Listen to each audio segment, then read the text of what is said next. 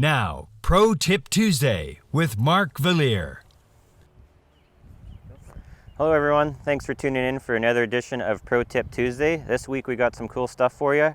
We're going to go over just some course management strategies to help you guys avoid essentially some unnecessary penalties that come about out there.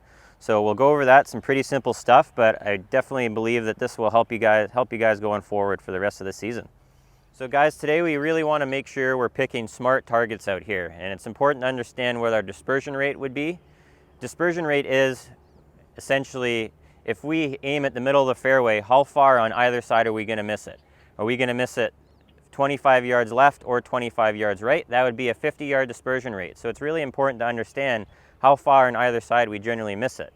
Because for example, here on the 18th hole, if I aim at the middle of the fairway and I miss it 25 yards, 30 yards left, I'm not going to have a clear shot to the green there. I'm going to have to punch out or reload, which is something we never want to do as a golfer.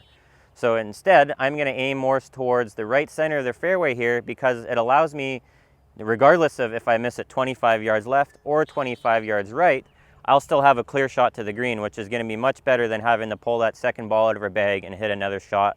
A bad lie in the rough is going to be a lot better than reloading from the tee here. So this big important thing to understand is picking the correct target. In saying that, we also want to kind of commit to our shots and understand what our shot choice is. If we're someone out here that hits a big 20-yard slice, we don't want to be on the 18th hole here trying to hit a 5-yard draw to finish off. Let's just play our shot, and we got the range to work on it. But when we're out here, we just want to play our game and react, and we just got to keep it really simple. We don't need to be doing anything out of our comfort zone. Get on.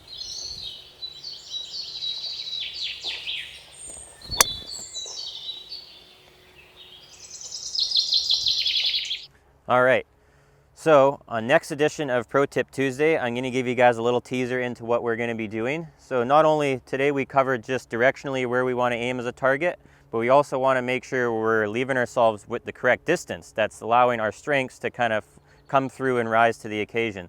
So if I'm someone, for example, that has a really hard time with 70, 80-yard shots, it'd be really silly of myself to just aimlessly hit and leave myself 70 or 80 yards. So golf's like a big game of chess here. We need to plan out the next shot.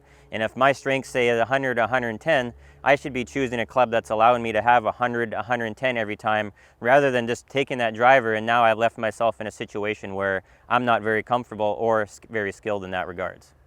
As always, thank you again everyone for watching. Stay tuned for next week's edition of Pro Tip Tuesday with head professional Jared Siminoff.